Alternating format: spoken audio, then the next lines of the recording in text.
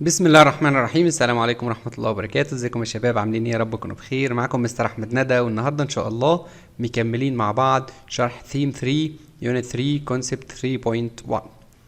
هناخد النهارده اخر ليسون في كونسبت 3.1 وهو ليسون 5 او الدرس الخامس. وعلشان نفتكر الكونسبت ده كان بيتكلم عن ايه، كان بيتكلم عن هيدروسفير اند بايوسفير انتراكشنز، يعني التفاعلات اللي بتحدث ما بين الغلاف المائي والغلاف الحيوي. طبعا كالعادة في بداية كل حلقة بحب أفكركم بإن لازم تكون الأدوات بتاعتكم معاكم وانتوا بتتابعوا الحلقة علشان تذاكروا معانا الدرس أول بأول، ويكون معانا ورقة وقلم والكتاب بتاعنا علشان أي معلومة مهمة نكتبها، أو لو حبينا نترجم بعض الكلمات الصعبة نقدر نترجمها ونذاكر في نفس الوقت اللي بنتفرج على الحلقة فيه علشان نستفيد بوقت الحلقة أكبر استفادة ممكنة.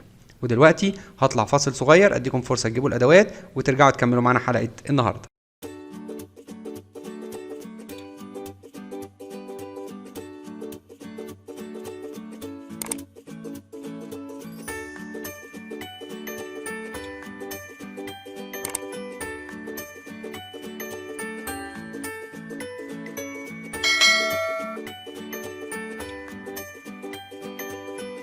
ورجعنا لكم من الفاصل يا شباب، وهنبدأ مع بعض في الاكتيفيتي نمبر 12 اللي بتيجي في نهاية كل كونسبت، اللي هي ريكورد evidence like a scientist، يعني سجل الدليل وكأنك عالم. يعني ايه؟ اعتبر نفسك عالم من العلماء، وهنبتدي نسألك عن المعلومات اللي انت درستها في الكونسبت ده وتبتدي تجاوب علينا من واقع اللي انت فهمته. بيقول لي you have learned a lot about how Earth's hydrosphere and biosphere interact، يعني انت اتعلمت كتير جدا عن ازاي الغلاف المائي بتاع كوكب الارض والغلاف الحيوي بيتفاعلوا مع بعض. In this activity، في النشاط ده بقى، which will be repeated at the end of each concept، واللي بيتكرر في نهاية كل concept، we will learn how to think like scientists. يعني ايه؟ هنعلمك ازاي تفكر كعالم. To answer a question about one of the main points of this concept through 4 main steps، يعني علشان تجاوب على سؤال هنسأله لك في أحد النقط الأساسية اللي انت اتعلمتها في الكونسبت ده من خلال 4 خطوات احنا متفقين عليهم من ساعة ما بدأنا المناهج الجديدة من أول جريد 4. الستيب نمبر 1 أو الخطوة الأولى بتبدأ بالسؤال، بنسأل سؤال، والسؤال هنا بيقول How does Earth's biosphere interact with Earth's hydrosphere؟ يعني ازاي الغلاف الحيوي والغلاف المائي بتاع كوكب الأرض بيتفاعلوا مع بعض. تاني ستيب ماي كليم، اللي هو الادعاء بتاعك. الادعاء اللي انت بتكتبه المفروض ان هو يكون اجابه على السؤال اللي اتسال. ستيب نمبر 3 او الخطوه الثالثه ماي ايفيدنس، اللي هو الدليل، يعني الدليل بتاعك اللي انت بتستدل بيه على ان اجابتك صحيحه او بتثبت بيه ان اجابتك صح، وبتقول الادله بتاعتي 1 2 3. ستيب نمبر 4 او الخطوه الرابعه ماي ساينتفك اكسبلانيشن، يعني التفسير العلمي بتاعي للموضوع اللي بتسال فيه. تعالوا نبدأ كده نحل السؤال دوت عن طريق الفور ستيبس اللي هو قال لي عليهم. بيقول لي شوية كده نوتس، ملاحظات، ان الستيب نمبر 2 لازم تكون إجابة على السؤال اللي في الخطوة الأولى. ستيب نمبر 3 لازم بتذكر بعض الأمثلة والأدلة اللي بتدعم إجابتك، يعني اللي بتثبت ان إجابتك صح. في الخطوة رقم 4 بتشرح شرح علمي إجابتك وللأدلة اللي انت قدمتها. تمام كده؟ ده هو كده بس ايه؟ بيقول لك تحل ازاي. طب تعال نشوف بقى كل خطوة من الخطوات دي هنكتب فيها ايه. قال لي ماي كليم، ادعائي بالنسبة للسؤال ده ان living organisms in the Earth's biosphere depend on the interactions with the Earth's hydrosphere for survival. يعني ايه؟ يعني اجابتي على السؤال ده ان كل الكائنات الحية اللي موجودة في الغلاف الحيوي بتاع كوكب الأرض بتعتمد على التفاعل أو التفاعلات مع الغلاف المائي من أجل البقاء على قيد الحياة. وده كلام منطقي. هو بيقول لك إزاي ده بيتفاعل مع ده؟ إن الكائنات الحية بتعتمد على الغلاف المائي من أجل البقاء على قيد الحياة. طب أنا كده جاوبت على السؤال. دلوقتي محتاج أكتب my evidence. إيه الدليل بتاعي على الكلام اللي أنا قلته؟ قال لي water from rain gives plants the water they need to survive. يعني مثلا المية بتاعت الأمطار بتعطي للنبات الماء اللي هو محتاجه من أجل الحياة أو من أجل البقاء على قيد الحياة.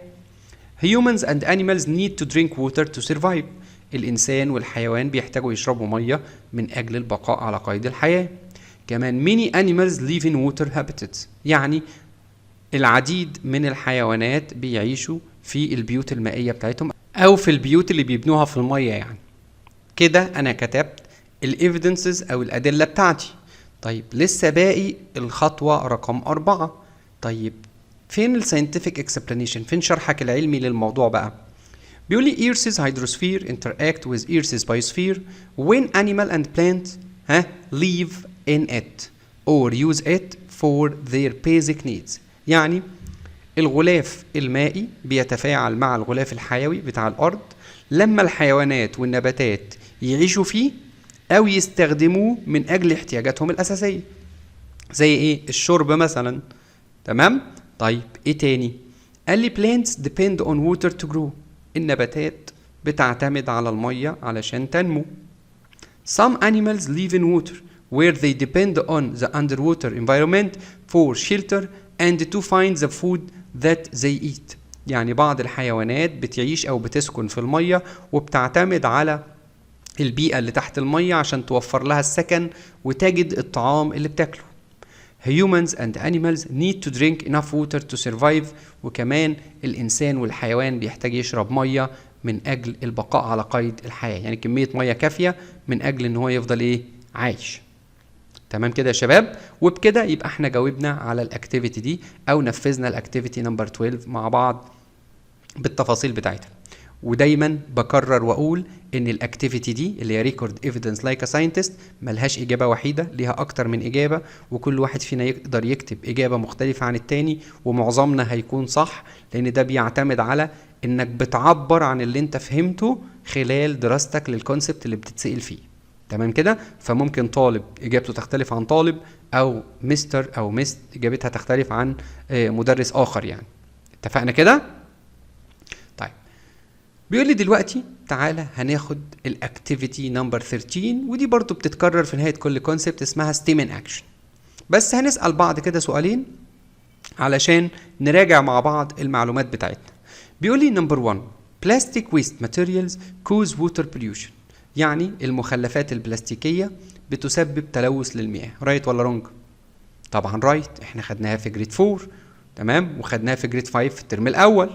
طيب throwing plastic waste materials in rivers and seas don't affect the life of aquatic organisms. إلقاء المخلفات البلاستيكية في الأنهار والبحار لا يؤثر على الحياة بتاعة الكائنات المائية. رايت ولا رونج؟ طبعا الكلام ده رونج. أي مخلفات أو أي حاجة بتلوث المية لو اترمت في المية أكيد هتأثر على حياة الكائنات ديت. تمام كده؟ تعالوا نكمل مع بعض. بيقول لي to understand water, hydrologists must study how the hydrosphere interact with the other spheres on the earth, such as. يعني ايه الكلام ده؟ عشان تفهم المية كويس، الهيدرولوجيست اللي هم العلماء اللي بيدرسوا المية، حتى كاتبهم لك هنا اهو. hydrologists are scientists who study water، علماء دراسة الماء او العلماء اللي بيدرسوا المياه. تمام؟ بيعملوا ايه؟ قال لي بيدرسوا ازاي الهيدروسفير اللي هو الغلاف المائي بيتفاعل مع الاغلفه الاخرى اللي موجوده على كوكب الارض. تمام؟ اللي هم مين؟ الجيوسفير والبايوسفير والاتموسفير. يعني بيدرس how water runs across the land، ازاي الميه بتجري او بتسري عبر الارض. how water affect living organisms، ازاي الميه بتاثر على الكائنات الحيه. what happened to water in air، ايه اللي بيحصل للميه في الهواء.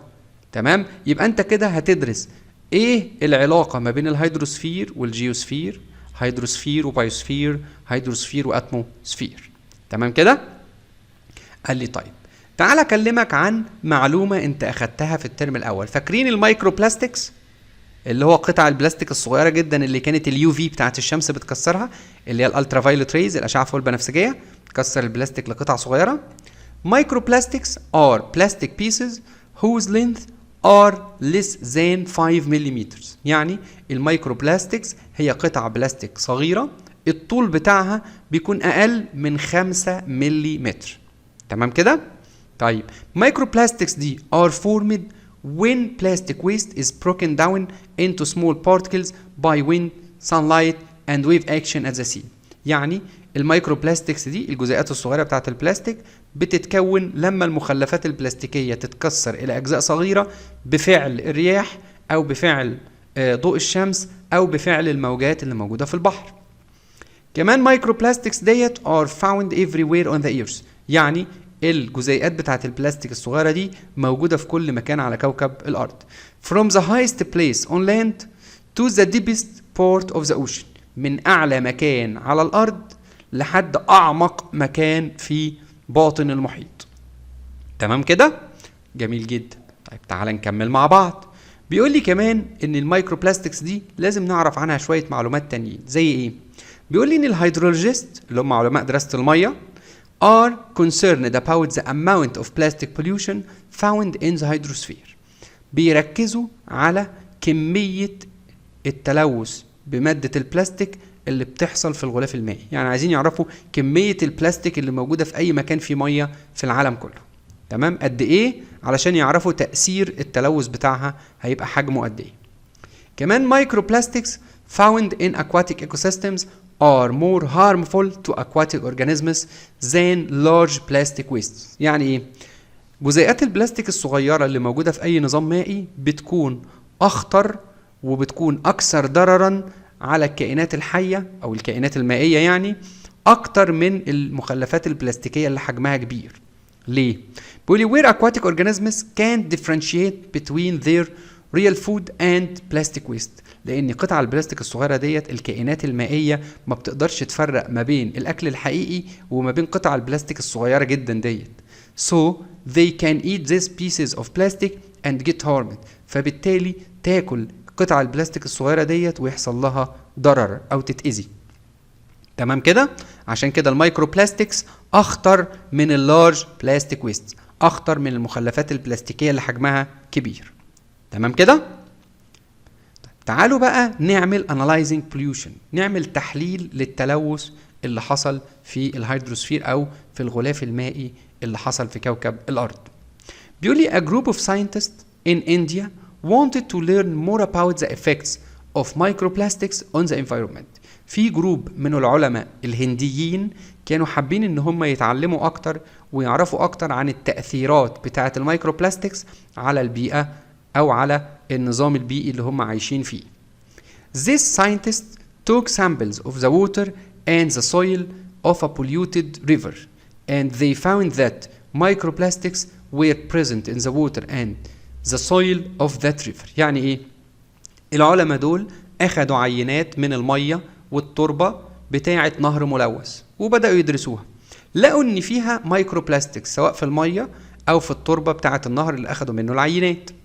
قال لي after analyzing، بعد التحليل، after analyzing these samples يعني بعد ما حللوا العينات ديت، scientists found that most of these microplastics were from decayed plastic carry bags, packing material and fishing lines. يعني ايه؟ يعني بعد ما حللوا المواد البلاستيكيه اللي لقوها ديت، لقوا ان معظم المايكروبلاستكس ديت هي بواقي بلاستيك متحلل من الحقائب اللي الناس كانت بتشيلها، الشنط البلاستيك، والباكينج ماتيريال اللي هي المواد بتاعه التعبئه والتغليف، وكمان الفيشنج لاين اللي هو الخيط بتاع الصناره او الخيط بتاع الصيد سواء كان بتاع شبك او بتاع صناره.